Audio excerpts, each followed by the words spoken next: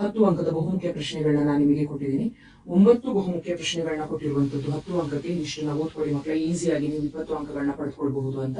9 ಪ್ರಶ್ನೆಗಳು ಯಾಕೆ ಅಂತ ಹೇಳಿದ್ರೆ, ಹಿಸ್ಟ್ರಿಯಲ್ಲಿ ಕೊಟ್ಟಿರುವಂತಹ 3 ಮಾದರಿ ಪ್ರಶ್ನೆ ಪತ್ರಿಕೆಗಳು ಒಂದಕ್ಕೊಂದು ಸಂಬಂಧ ಇಲ್ಲ, ಬೇರೆ ಬೇರೆ ಅಧ್ಯಾಯದಿಂದ ಪ್ರಶ್ನೆಗಳನ್ನ ತೆಗೆದಿದ್ದಾರೆ. ಹಾಗಾಗಿ ಏನಾದ್ರೂ ಪ್ರಶ್ನೆಗಳು ಸ್ವಲ್ಪ ಬೇರೆ ರೀತಿಯಾಗಿ ಬಂದ್ರೂ ಕೂಡ ನೀವು ಅಟೆಂಡ್ ಮಾಡಬೇಕು, ನಿಮಗೆ ಎಕ್ಸಾಮ್ ಈಸಿ ಇರ್ಬೇಕು ಅನ್ನುವಂತ ಕಾರಣಕ್ಕೆ ಟೋಟಲ್ ಆಗಿ 9 ಪ್ರಶ್ನೆಗಳನ್ನ ಕೊಟ್ಟಿದ್ದೀನಿ. 9 ಪ್ರಶ್ನೆಗಳಿಗೂ ಉತ್ತರವನ್ನ ಒಂದೇ ವಿಡಿಯೋದಲ್ಲಿ ಹೇಳಕ್ಕಾಗಲ್ಲ ಅನ್ನೋ ಕಾರಣಕ್ಕೆ ಸಪರೇಟ್ ಆಗಿ ಒಂದೊಂದು ಪ್ರಶ್ನೆಗೂ ಒಂದೊಂದು ವಿಡಿಯೋನ ಅಪ್ಲೋಡ್ ಮಾಡ್ತಾ ಇದ್ದೀನಿ.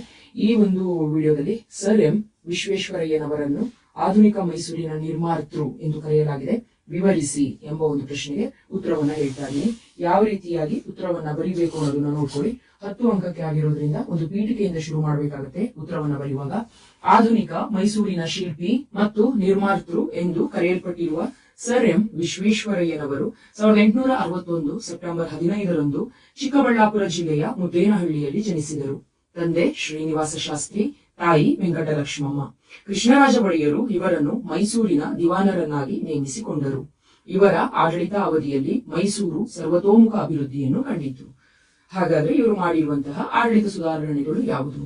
ಆಡಳಿತಾತ್ಮಕ ಸುಧಾರಣೆಗಳು: ಶಾಸನ ಸಭೆಯ ಸದಸ್ಯರ ಸಂಖ್ಯೆಯನ್ನು 18ರಿಂದ 24ಕ್ಕೆ ಹೆಚ್ಚಿಸಲಾಯಿತು. ಹಳ್ಳಿಗಳ ಸುಧಾರಣೆಗಾಗಿ ಗ್ರಾಮ ಸುಧಾರಣಾ ಸಮಿತಿಗಳನ್ನು ಸ್ಥಾಪಿಸಲಾಯಿತು. ಮಲೆನಾಡು ಪ್ರದೇಶದ ಅಭಿವೃದ್ಧಿಗಾಗಿ ಒಂದು ಪ್ರತ್ಯೇಕ ಯೋಜನೆಯನ್ನು ರಚಿಸಲಾಯಿತು. ನೆಕ್ಸ್ಟ್ ಇವರು ಮಾಡಿರುವಂತಹ ಕೈಗಾರಿಕಾ ಅಭಿವೃದ್ಧಿ. ಕೈಗಾರೀಕರಣ ಇಲ್ಲವೇ ವಿನಾಶ ಎಂಬುದು ಸರ್ ಎಂ ವಿಶ್ವೇಶ್ವರಯ್ಯನವರ ಪ್ರಸಿದ್ಧ ಘೋಷಣೆಯಾಗಿತ್ತು.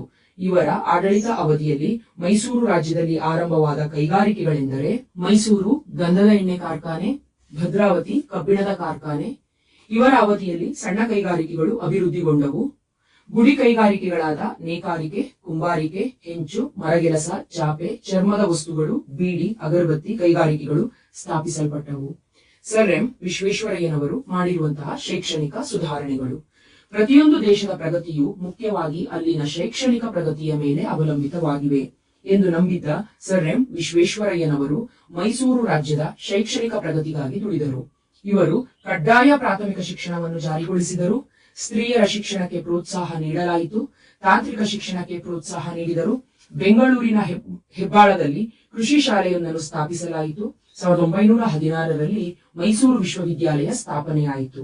ಹಾಗೂ ಇನ್ನಿತರ ಸಾಧನೆಗಳು: ಕೃಷ್ಣರಾಜಸಾಗರ KRS ಅಣೆಕಟ್ಟನ್ನು ನಿರ್ಮಾಣ ಮಾಡಿದ ಮಹಾನ್ ಸಾಧನೆ ಇವರ ಹೆಸರಿನಲ್ಲಿದೆ.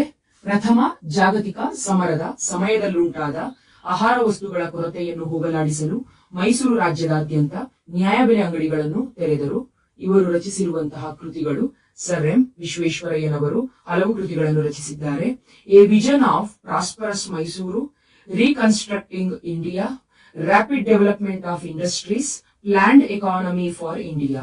ಸರ್ ಎಂ ವಿಶ್ವೇಶ್ವರಯ್ಯನವರು 1918ರಲ್ಲಿ ದಿವಾನ್ ಪದವಿಗೆ ರಾಜೀನಾಮೆ ನೀಡಿದರು. ಬ್ರಿಟಿಷ್ ಸರ್ಕಾರವು ಇವರ ಸೇವೆಯನ್ನು ಮೆಚ್ಚಿ ಸರ್ ಎಂಬ ಬಿರುದು ನೀಡಿ ಗೌರವಿಸಿತು. 1955ರಲ್ಲಿ ಭಾರತ ಸರ್ಕಾರವು ಭಾರತ ರತ್ನ ಪ್ರಶಸ್ತಿಯನ್ನು ನೀಡಿ ಗೌರವಿಸಿತು. ಇವರು ಈ ಪ್ರಶಸ್ತಿ ಪಡೆದ ಮೊದಲ ಕನ್ನಡಿಗರಾಗಿದ್ದಾರೆ. 101 ವರ್ಷಗಳು ಬದುಕಿದ ಇವರು 1962ರಲ್ಲಿ ನಿಧನ ಹೊಂದಿದರು. ಸೊ ಇದಿಷ್ಟು ಕೂಡ ಸರ್ ಎಂ ವಿಶ್ವೇಶ್ವರಯ್ಯನವರನ್ನು ಆಧುನಿಕ ಮೈಸೂರಿನ ನಿರ್ಮಾತೃ ಎಂದು ಕರೆಯುವುದಕ್ಕೆ ಕಾರಣ. ಈ ಪ್ರಶ್ನೆಗೆ ಇಷ್ಟು ಉತ್ತರವನ್ನ ಬರೀಬೇಕು. ಮುಂದಿನ ವಿಡಿಯೋದಲ್ಲಿ ಇನ್ನೊಂದು 10 ಅಂಕದ ಬಹುಮುಖ್ಯ ಪ್ರಶ್ನೆ ಹಾಗೂ ಅದಕ್ಕೆ ಉತ್ತರವನ್ನ ಅಪ್ಲೋಡ್ ಮಾಡ್ತೀನಿ. ಅಲ್ಲಿವರೆಗೂ ಚೆನ್ನಾಗಿ ಓದ್ಕೊಳ್ಳಿ. Thank you. All the best.